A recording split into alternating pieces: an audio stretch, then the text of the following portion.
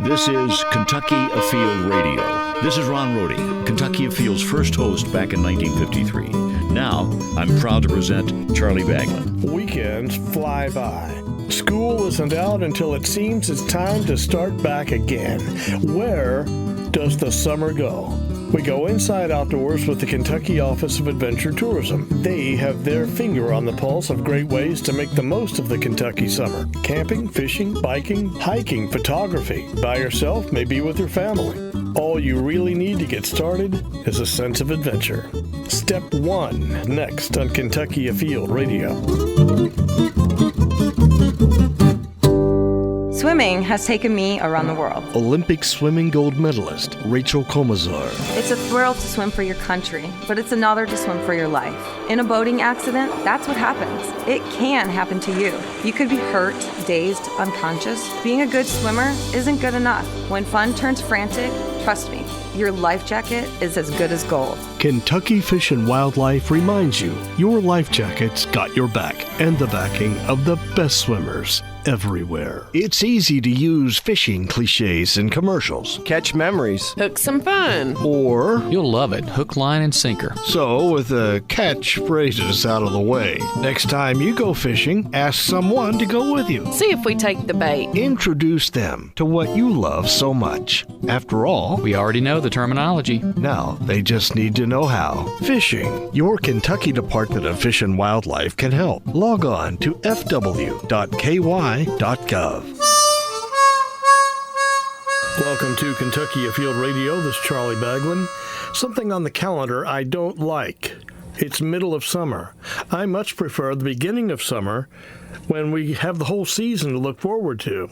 So how is yours going? Are you making efficient use of the fun that summer has to offer? What do we do from here forward? There are fun things out there, and Seth Wheat from the Kentucky Office of Adventure Tourism is behind the mic to talk with me about them. And I know that my guest is gung-ho for the show because he has brought with him so much coffee. Yes, not as much as I brought last time, if you remember. You didn't bring that bucket that you called a coffee mug. That was something. Are you on a coffee diet now? No, I'm not on a diet. I had more at the house before I left this morning than what I did last time I was here. I used to go through over a pot a day, but I've really cut back on that. But I still have a certain amount that I get in every day. And today I was able to get a little more at my home base before I headed up here. So you are equipped to go for the next hour. Yes. With the amount of coffee that's in that medium-sized mug. Yes, sir. Well, Seth, welcome to the show. Thanks for having me. Good to be back. We're back, and we're going to talk about the end of summer. Yes. What's going on now. One thing about summertime, no matter how good it has been, no matter where you've gone, travels you've made, hikes, campouts, fishing trips, 3 words will ruin it. Mm-hmm. 3 words will absolutely let you know of your place in the food chain. Oh, I know what they are. Back to school. Back to school. I guess back to school is cool. It's a social thing. Kids like to hang in groups. Sure. They want to show off their new gadgets, new clothes. I remember when I was like first grade, I'd always get new shoes, new shirt, get my back to school clothes. Absolutely. You might have a new hairstyle. Sometimes you'd come back to school and be, 4 or 5 inches taller than you were the year before, and you'd really have something to talk about. You're a tall guy. I bet that happened to you. I had 2 years where I had pretty significant growth spurts. I wish that at all costs we could avoid those 3 words, back to school. We know it's back to school. We know these things. We don't have to be reminded. It's not that back to school is so bad. It's that summer is so good. Summer is so good. Freedom. You can learn outside of the classroom, and wherever you are, that's an experience for you. We could delay school. We could make the move, you and I, Seth Wheat, to delay school until at least after Labor Day. China typically runs from September, which is good, but they go till mid-July. That's good. Australia, they have their summer when we're having winter from late January is when they would start, and it goes till early December. That's their school year. That would be their school year. Okay. So they're All off December, January, which is their summer. Costa Rica, February to December Students have vacation for about 2 months, from December to February, and then a few weeks off in July. France is pretty much like we have, although they go a half day on Saturday. September to June in Iran. Kenya, 3 terms at 13 weeks with a month off in between each. That's interesting. With our 4 distinct seasons, you get to experience all the stuff that there is to do kind of in each season. That could be okay. Yeah. School year in Russia runs from 1st of September to late May. That's similar to here. South Korea, March to February. The year is divided into 2 semesters, March to July, and again from September to February. I guess so much of it's based on geography and what kids have to do. I've always heard stories, of course, is what in my lifetime, that our school calendar was based on the growing seasons and the agricultural seasons, and you had to plant and harvest, and that's what set our school calendar. So nonetheless, if you're a kid, what all of this says is that the summer is too short. Yeah, there's the consistent theme, right? That's my point. And if you had a little longer summer, I bet you could go back a smarter student. You can let fun be fun. You can let fun be educational. Travel. It depends on which article you read. Like AAA had an article out this spring saying 1/3 of families are planning to take a summer vacation. Just 1/3. So 2/3 of the families weren't. I don't know what their data were. But I was looking at the 2010 census. 24% of the population is under 18. And then you take a look at their parents' type age, the younger working crowd, 18 to 44. That's about 36 or so percent. So you add that up, and that's 2/3 of the American public are families. Sure. 2/3. So that's where you get the summer rush. So that leaves the other 1/3 to say, I'll be glad when this rush is over. And that's where they can take advantage of some of this after the back-to-school rush. Sure. Then that's when the prices have come down. You have a peak travel season, which has the higher prices, and then if you wait and you hit it before or after that, you can get a lot better rates and a lot better deals. Absolutely. More hotel rooms, lower prices, less crowds. Less crowds, there you go. So in Kentucky, given that we are looking at school starting back here in the next couple of weeks or so, depending. The opportunities for fun are still out there. You just got to get in the car, get in the truck, load up the minivan, whatever you got to do, hit the road, and you can find them. One thing that's been happening all summer long, the Department of Travel has been promoting the 99 Days of Kentucky Summer. And they've got this huge calendar on their website, and this promotion runs through September 5th, so it runs through Labor Day. And what they are doing is they are highlighting a different activity, a different location, a different historical site, a different piece of Kentucky every single day this summer. So coming up this week, even on Wednesday the 27th, they're highlighting paddling opportunities in Kentucky. Not bad, Not right? Not bad. We'll do that. On the 31st, they're highlighting Kentucky's waterfalls. So we have a few pretty well-known waterfalls around this state, and that's a great chance to go out and see some waterfalls. So there's definitely still time to travel in Kentucky to see some really cool stuff. And what they're asking folks to do is, if you go out and have one of these adventures, or you go to one of these sites and it falls along with the 99 Days of Summer, share your photos and share your family's adventures with them on their social media pages. They're on Facebook, Twitter, Instagram, and use the hashtag KYSummer. And then you'll be a part of all this great stuff that's happening. And I think they've got a prize going on, a drawing that they're taking some of the best photos, giving stuff away. But it's all available online, KentuckyTourism.com. You can see the full calendar. You can see, just the wide variety of things there are to see and do. That's one of the main points, is look at all the stuff we've got to do. So there's still time left. So if you're on a fishing trip at the Clarks River National Wildlife Area, Western Kentucky, and that's part of your summer, you can post that. If you say you just put that on Facebook, you put the hashtag KYSummer.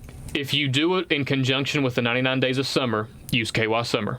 If you do it just as a random trip, or you just want to share your photos, there are 2 hashtags you can use. One is the Department of Travels, which is hashtag TravelKY. our hashtag in adventure tourism. So if you're doing this fishing trip on Clarks River, or if you're hiking or camping or doing anything outdoors, use our hashtag, which is AdventureKY, and that'll compile all of these images on the various social media platforms. You can see what I'm doing when I travel across the state. I use that hashtag, let people know where I'm at, what I'm doing, but you can also see what everybody else is doing, and it's a great way to get inspiration for maybe your next trip. See what other people are doing. Find cool places that you may not have known about. Do you use the hashtag Seth? No. Just to see specifically what you're doing. No. If you want to be cool, We don't get that specific. do what you do. We will be back with more from Seth Wheat from the Kentucky Office of Adventure Tourism. What's on your adventure list this summer? More ideas are ahead. You're listening to Kentucky Afield Radio.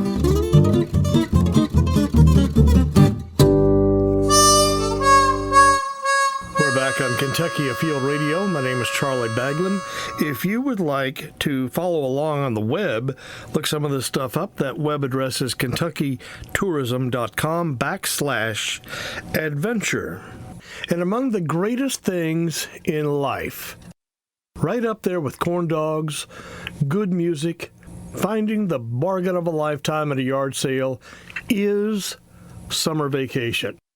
If that's being off from school, or if it's just a trip someplace, seeing the new sights, souvenir shops, coming back with the T-shirt and all the photos. What about you? You got hashtag Charlie? I never use that. I go on vacation. About a month later, I get back. Oh, I better put some vacation pictures on Facebook. Mm-hmm. And so I'll do that. You know, one reason I do that is because I'm back. Mm-hmm. And for people who post pictures, hey, look at me, I'm in Costa Rica, I wonder who's minding the house. Oh, sure. Kind of thing. Unfortunately, that is something that you have to be considerate of now. So absolutely. I will post after the vacation. Right.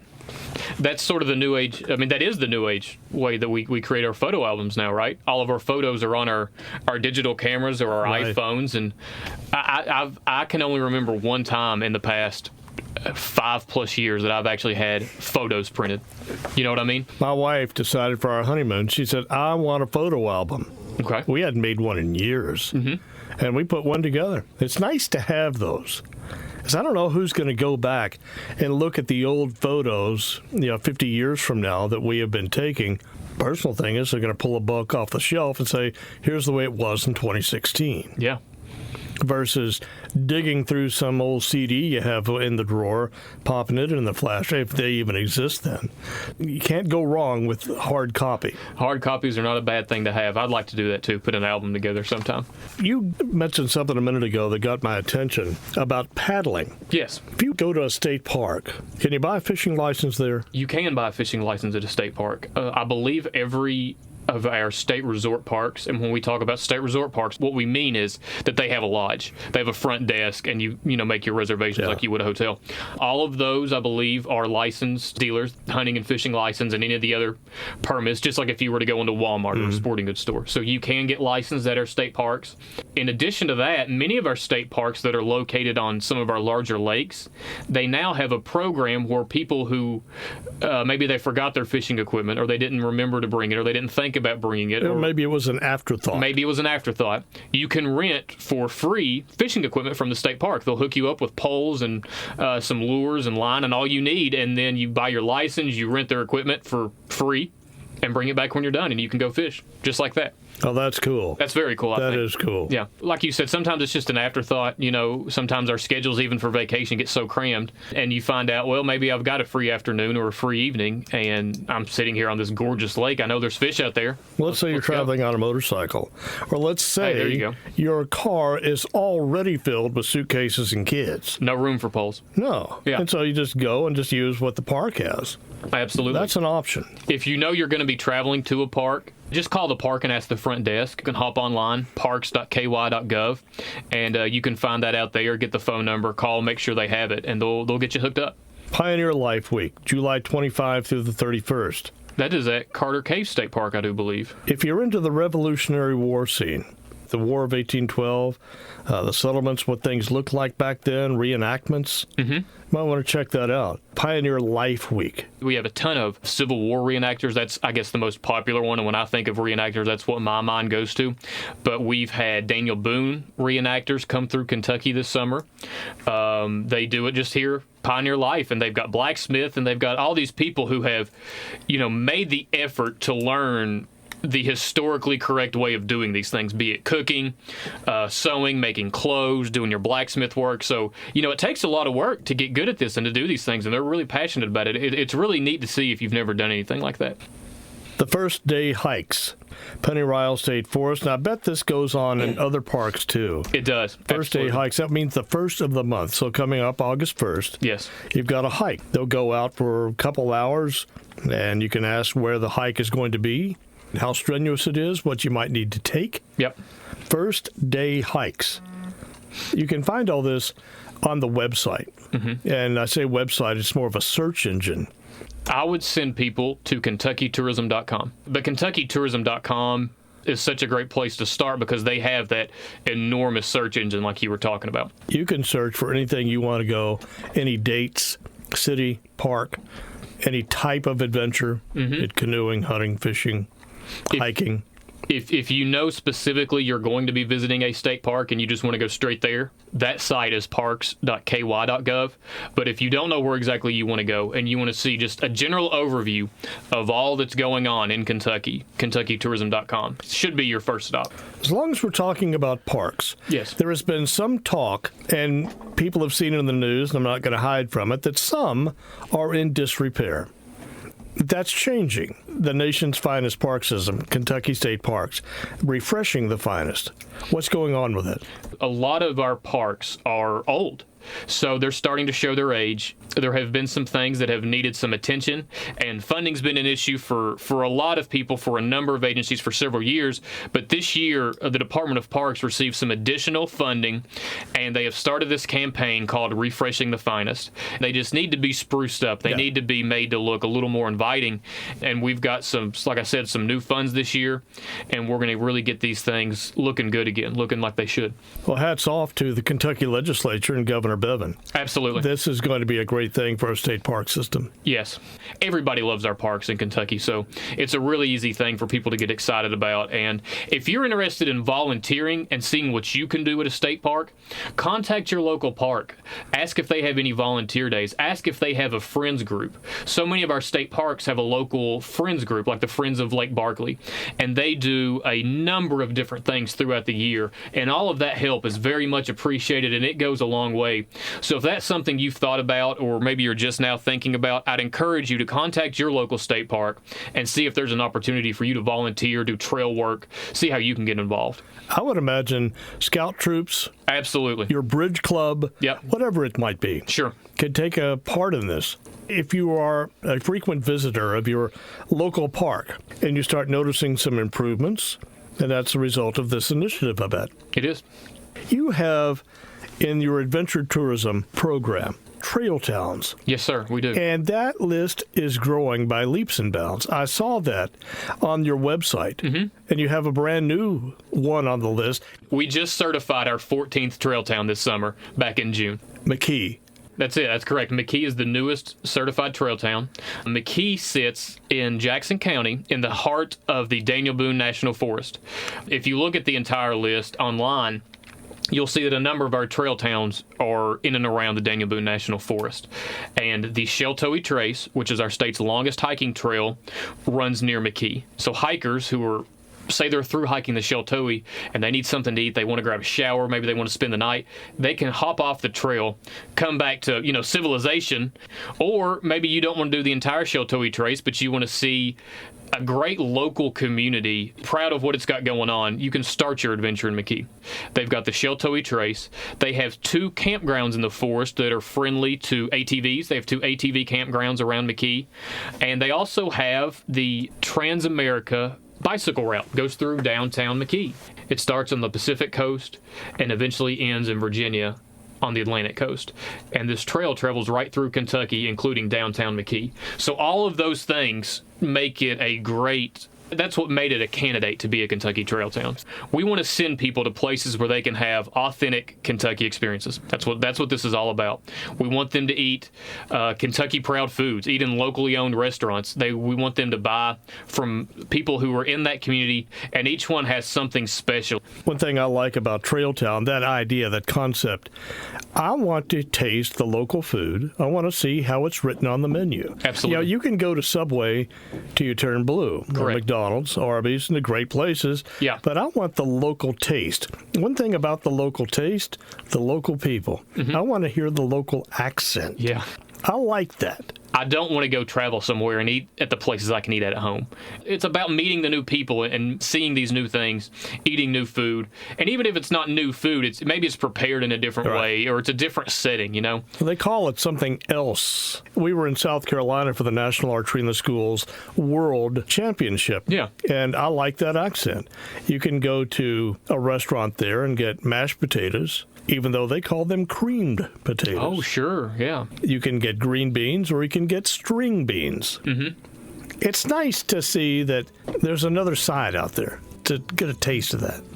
Another interesting thing, too, is that sometimes food may be called the same, but actually be something different. The most obvious example is, of course, barbecue. Yeah. And how that is something vastly different depending on what region of the country you're in, or sometimes what particular region of a state you're in. Have you ever been to a city that wasn't known for its barbecue? I don't know. There are a lot of barbecue capitals of the world out there, aren't there? And the instant I mention one, I'll get in trouble, because there's so many of them out there, and they all feature food fit for a king. Every few months we have some time with the Kentucky Office of Adventure Tourism. Mr. Adventure himself is in the studio with me, Mr. Seth Wheat. We have a fishing report standing by. And when we come back, Adventures at Night, Kentucky's options for fun under the light of the full moon. You're listening to Kentucky Afield Radio.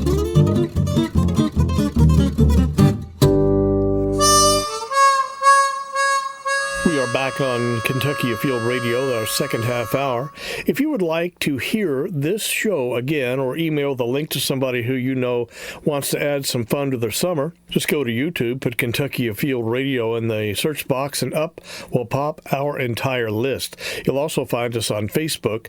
Put Kentucky Afield Radio in the search box, and there we are. You can like us and keep up with us week after week after week. We are also a podcast. You can find us on iTunes, Kentucky Afield Radio. More with the Kentucky Office of Adventure Tourism. First up, our fishing report. This is Tom with your fishing report from the Northeast. Bass are tough. Most are a little bit deeper in the 10 to 20 foot range and being caught at night. Bass are extremely spotty. When you get into one, you usually get into several. Most reports have had the fish being caught off of plastic and deeper running crankbaits. Crappie are hard on cover and scattered, fish structure and move if you're not catching fish. And one last note on Cave Run Lake, the Works boat ramp will be closed the week of Monday, July 25th, as we use it as a staging location for our third installment of the Cave Run Lake Fish Habitat Project. Folks up at Grayson are doing great on catfish. Lots of reports of fish still on the nest, and noodlers doing well. Would expect to see a transition to jug fishing up there just about any time. You can pick up some sunfish on Eagle Lake and do some nice wade fishing in Triplet Creek for smallmouth. That should do it for us. Good luck and stay safe. This is Rob Rolls in the Northwestern Fishery District.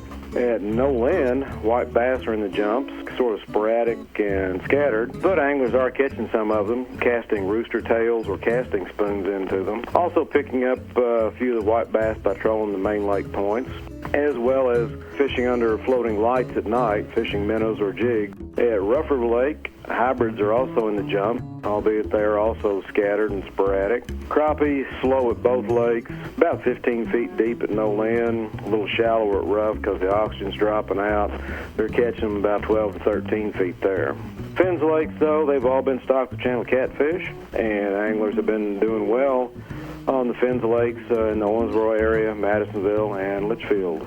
Please remember, be safe. Always wear your life jackets when you're on the water. Hi, this is John Williams with the Fish Report for Southeast Kentucky. At Lake Cumberland, the striped bass fishing has been good of late. Fish are on the move.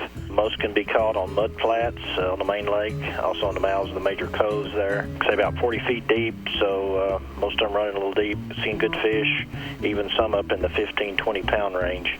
Those can mainly be caught on alewives, so if you can catch live bait, that's the way to go. Otherwise, you can troll doll flies or curly-tail grubs.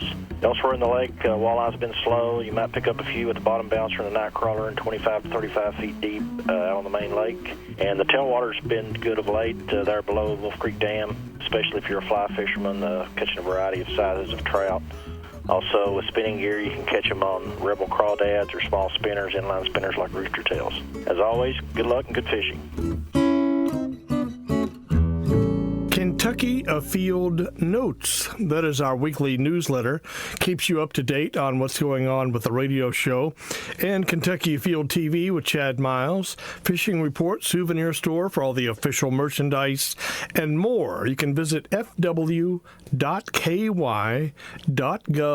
Click on the Kentucky Afield link and sign up. Helicopter rescue swimmer Mike Bayersky, United States Coast Guard. Chances are the Coast Guard wasn't there when you went overboard. But when you wear a Coast Guard-approved life jacket, we're closer than you think.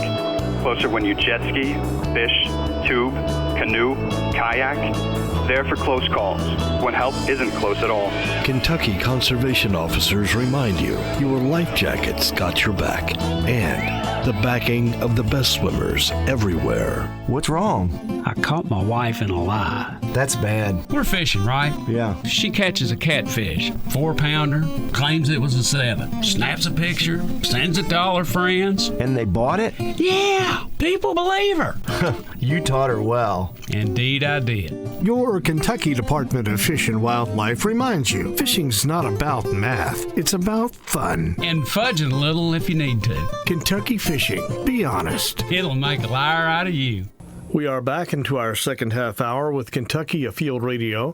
For some people, it's just hard to sit still. The fish are always biting somewhere. Today on our show is about making the very most of your summer vacation and doing so without having to, fly to Florida.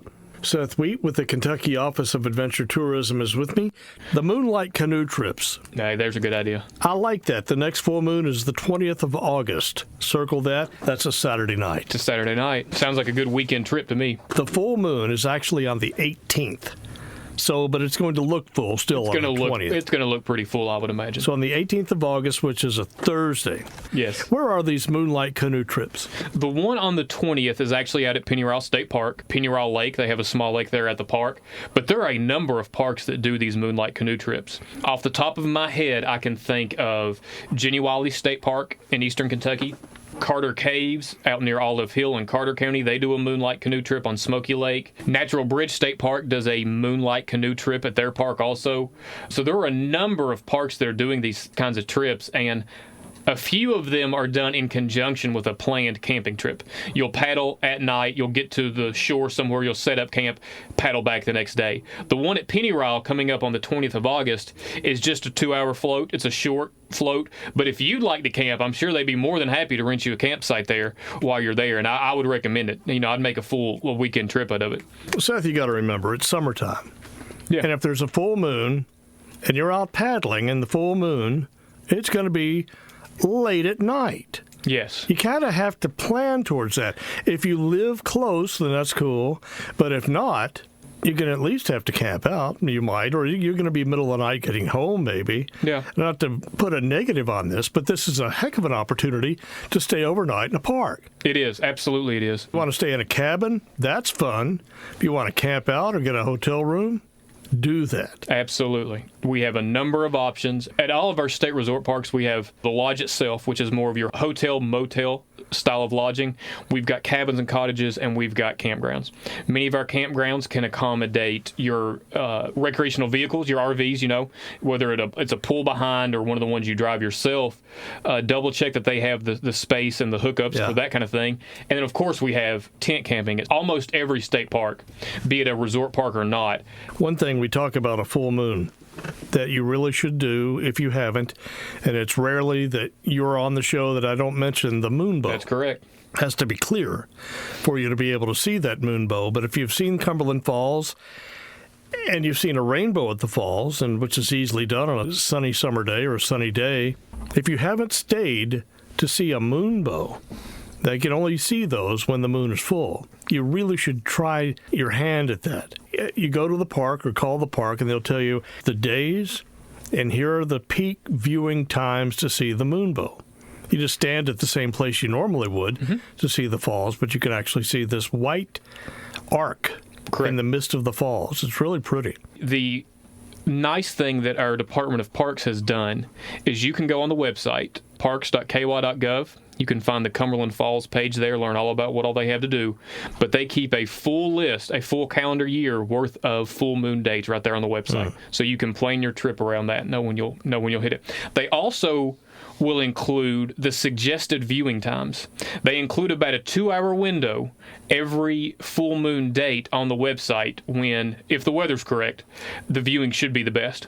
So you really know, you don't have to sit up there all night. You can make plans. I'm going to be here this day, and I know I'm going to be out there for a couple hours from 10 to midnight, that kind of thing. You can go down and see it in 10 minutes, or you can stay there and watch it for an hour or two. But let's say it's midnight when you leave, and you live 3 hours away. Better be getting a room. Better be getting a room. You might want to think about this a month or so in advance. Sure. And so I'd say this would be a good opportunity to go down maybe this fall, get a cabin, make a weekend out of it, make a little trip out of it. The canoe trips, the moonbow, all this kind of stuff we're talking about, you really do need to plan a little bit in advance. I may be a little different in this regard, but I actually enjoy trip planning. There are a number of different online review sites now that you can check out, all those sorts of things. But I enjoy, putting the trip together in my head, and I just start with an idea, like the canoe trip or like the moonbow. It's like, that's something I want to go do. What else is there to see? What else is there to explore? So that's fun for me. But you definitely need to do it a little bit in advance. Probably call and get a reservation because it will be a late night. I don't like to get home at 1, 2, 3 in the morning if I can avoid it. Pass on that if you can, but these are opportunities you may have not considered. What else is on your list? I'm seeing here on mine, Paddle Williamstown. Is that on yours for Saturday the 27th? It is. Paddle Williamstown is an event that happens in Grant County. Williamstown Lake. Williamstown Lake is one of the larger, if not the largest lake in northern Kentucky. And every summer, they have been doing this for, I believe, 6 years now. They close the lake down to motorized boat traffic. So it's just for people in canoes, kayaks, stand-up paddleboards, that kind of thing, to come out and just have a full day on the lake just to themselves. You can fish, or you can just paddle around and take in the scenery and enjoy being on this really scenic lake up there in northern Kentucky. 350 acres of calm water, flat water.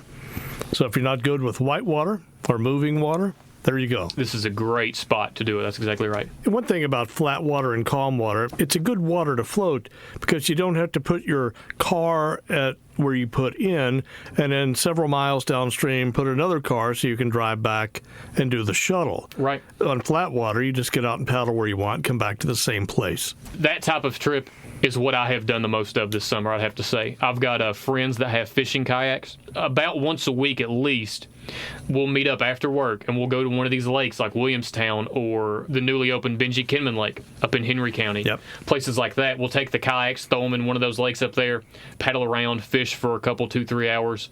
And it is so much fun. It's a great way to fish. It's a great way to see new spots. Down where you're from is a paddle fest, the Leviza Fork Paddle Fest. Yeah.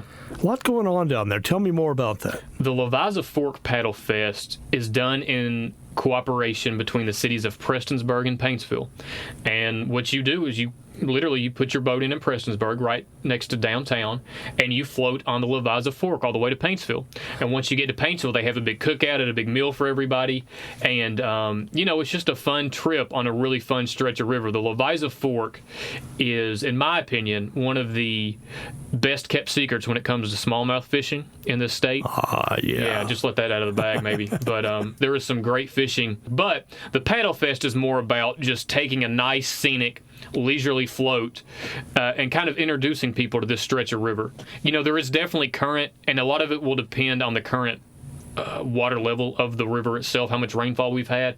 But it is, I would say it's a great step up from flat water, if that makes sense. Yeah. It's nothing too technical.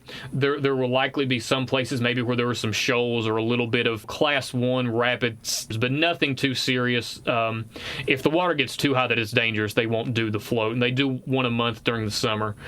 There are some dates here, July 23rd, this weekend. Mm-hmm. Depending on when you hear the show, You might want to wait and go on August 27th, Yep. September 24th, and the 22nd of October. They go from 8 in the morning until 2, so a good 6-hour float, probably good lunch in between there. You get about 4 to 5 hours of floating, and then I think that counts an hour for lunch there once you get to Painesville. So you can bring your own kayak, canoe. Or you can rent one. The Legends Outfitters there, Jenny Wiley State Resort Park. Yep. So the lunch site is at Billy Ray's Restaurant, and that's in right downtown Prestonsburg. It is, absolutely, right in the heart of downtown. It is a great local restaurant, very well known in the region. If you have not been to Prestonsburg and you want somewhere to eat, I'd check out Billy Ray's. Got to go to Billy Ray's. It's a great spot to check out, absolutely. Let me be indulgent for a moment. Mm-hmm. Carrollton, Kentucky, where I was born and raised, Sure. has General Butler State Resort Park there. Yep. And we always went to the Goldenrod Gala for as far back as I can remember. And then lately, they have come up with what they call Wolfstock, sort of a dog festival. I've never been to it. I feel like I have been slighted. I need to go to Wolfstock, but there is no more Wolfstock, nor is there any more Goldenrod Gala. Well, what's going on up there? They have combined the two. Oh. And it seems new this year. Okay. For Labor Day weekend, Arts Embarks in the Park. So you have the Goldenrod Gala, the best of that, and this Festival for Dogs at General Butler. You get to double down on your trip to the park. Then you get to see the Goldenrods, you get to see that festival, and then you can bring your dog with you. And you can pet some good dogs. Pet some good dogs, man, absolutely. There is nothing better than a dog.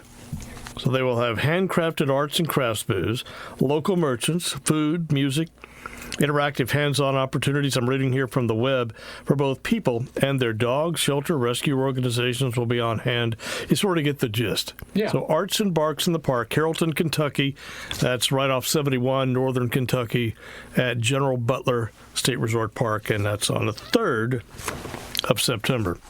You know something interesting I learned about General Butler recently that I did not know? What? General Butler used to be home to a ski resort. Ski Butler was the name of it. Ski Butler, yeah. There is still a store in Carrollton called Ski Slope Liquors. It's the only business up there that I see that still references that old ski resort. And it died, I want to say, around 96. Didn't have quite the weather or the water supply to make it a full go. Yeah. But I liked it.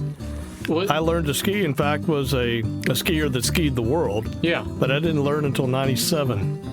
Honestly, I've skied Switzerland and Spain and New Zealand and Canada, you name it, all the great mountains. But I didn't learn until after my hometown resort closed. Well, that's hilarious. And I feel like of all the places, Ski Butler would have been my hometown hill, but it didn't work out that way. Butler Park, it's where I learned to fish. I took my wife Pam there, and we absolutely slayed the bluegill. Back with our final few minutes with the Kentucky Office of Adventure Tourism on ways to make this Kentucky summer one to remember. You're listening to Kentucky Afield Radio.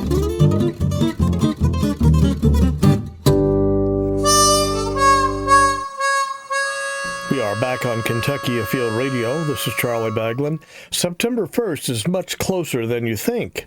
This means that several key opening days for fall hunting seasons are closer than you think. September 1 itself will open dove season. Saturday, that Labor Day weekend, the 3rd, opens archery season for deer and wild turkey. And however many of these you may have circled already on your calendar, there is still something that you might need to do first. Hunter education. Hunter education, get it while it's hot. Get it while it's summertime, before the rush towards September. If you were born on January 1st, 1975, or after, this applies to you. So try to sneak in a Hunter Ed course this summer if you need it. Pre-registration is now required. Generally, it's a couple evenings, a range day to demonstrate your proficiency with firearms. They're offered all over the state. You can find one pretty close to you, certainly within a county or two. You can find all the details on the Kentucky Fish and Wildlife website. Google Kentucky Hunter Ed, and you'll see it pop up, and you'll also find an online option. In the studio is Mr. Seth Wheat from the Kentucky Office of Adventure Tourism. Great ways to complete the summer. Here we are midway through. There is a photography hike coming up also on Labor Day weekend. That's at Harrodsburg, Kentucky at Shaker Village. Great place to take pictures. They've done a lot of habitat work there. They You have. really ought to see that. Shaker Village here in recent years has been focusing a lot more on the recreation side of things. There's a lot to see and do, to really be interactive around Shaker Village. Of course, the history of the Shakers, the beautiful buildings, and all the wonderful things that they make there is obviously the highlight. But they've got a lake. They are right on the banks of the Kentucky River, and they will do paddle trips on the river. They have a program, I believe they're still doing it, where they will do yoga on paddle boards on the lake. Have you heard of that? Nice. Yeah. But this photography hike, they're at Shaker Village, and I'm reading again from the web, explore the historic center, the preserve, while learning the basics, so have someone there to teach you, of good composition, lighting, depth of field, and focus. You can discuss the best times of the day to shoot, take great shots of the Shaker Village itself.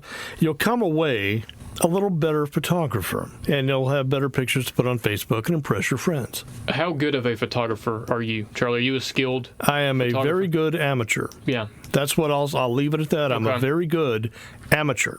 I am not a photographer.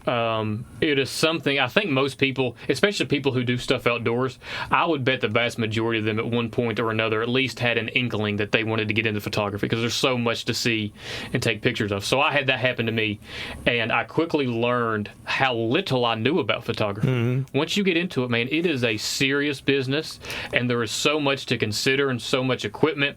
And I think something like this at Shaker Village, if you're new to this sounds like something that could be very good to kind of get you set on the right path, Right. so you can open the door to the wide world that is photography. Well, most people have a camera in their pocket now. It's right there on their phone. My wife just got a new camera for her birthday. It's just a little Canon point and shoot. So you can take a good picture regardless of how much you spend on your equipment. Yeah, That's absolutely. basically in a nutshell. So this is going to be taking place on September 4th at 2 o'clock at Shaker Village. Your website is broken into a lot of different fun things, Seth. You can look for adventure. You're with the Adventure Tourism Office in the state. Mm-hmm. But you can find adventures in water, adventures in altitude, adventures in trailblazing. It's a good website. Did you have a hand in its design? Yes, I did. Thank you for saying that. I hope people find it easy to navigate and, user friendly. That's the primary purpose there. We had two prevailing thoughts when we were putting this website together. The first was that people know what activity they want to do, but they don't know where they want to go do it. The other side of that is people know where they're going, but they don't know what there is to do there. So we try to design it in such a way that either one of those, you can get to the answer that you're looking for. So if you know you want a mountain bike, you can find a list of all the mountain bike trails in the state. If you know you're traveling to my home of Pikeville, Kentucky, and you've got some free time while you're there, or you're going just to see what there is to do, you can search based on what's in and around Pikeville and learn what all there is to do there. So that's how that was the thought process behind the website. And this is something you should do. I was looking back at some statistics. We opened the show talking about, oh no, it's back to school season. Oh no, summer's over, but fall's coming. And it's still summer for close to another couple of months. Right. And did you realize, I was looking at some 2014 data, 42% of people out there, working people, took no vacation.